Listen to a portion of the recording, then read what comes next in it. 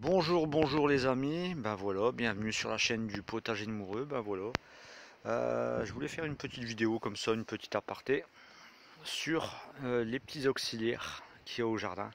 Je vais vous faire montrer comment je traite mes pucerons. Alors, voilà déjà, là ça commence. Alors, je sais pas, je vais vous faire voir un copain à moi. Je sais pas si les cadres, je ne sais pas si vous le voyez bien, lui. Vous voyez, il y a un puceron qui se fait manger là. Alors ça, c'est une larve de chrysobe. C'est le petit d'un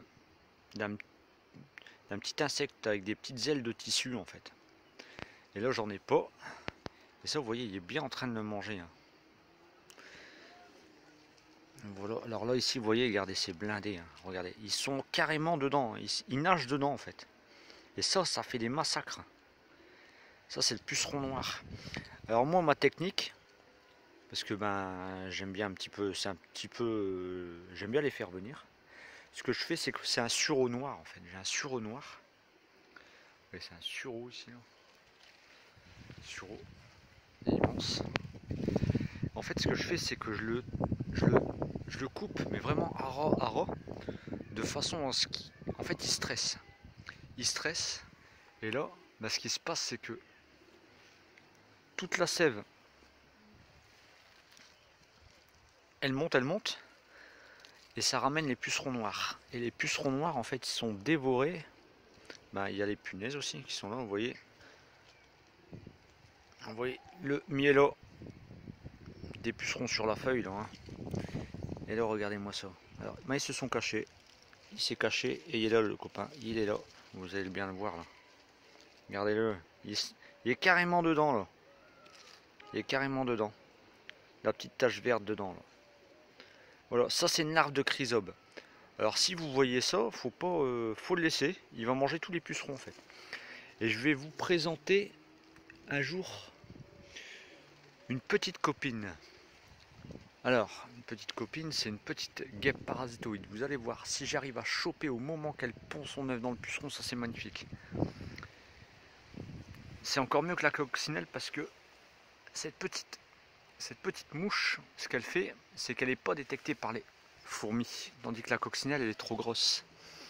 Alors, vous voyez, là il commence à avoir des pucerons et le copain, il est toujours avec, il est toujours là. Vous voyez, et il est en train de bien manger là, bien manger. Voilà, ben, c'était une petite vidéo comme ça.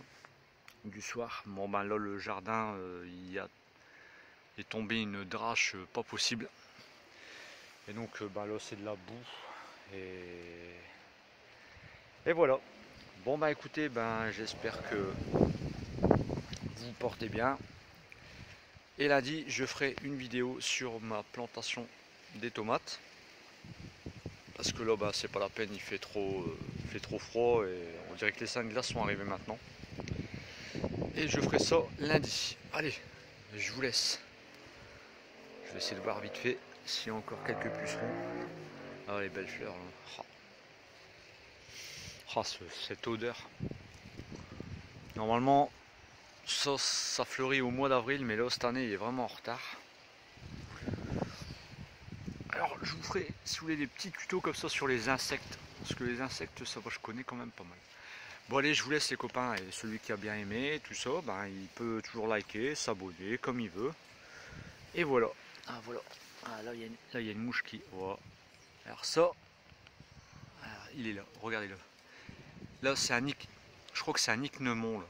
Alors ça c'est une mouche qui pond dans les. Vous voyez, elle a un petit dard sur le fond.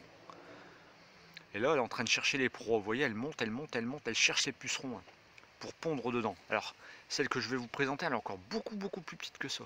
Ça, c'est un ichneumon. Et ça fait vraiment des gros dégâts sur les pucerons. Ils sont mangés de l'intérieur, en fait. Bon, allez, je vous laisse.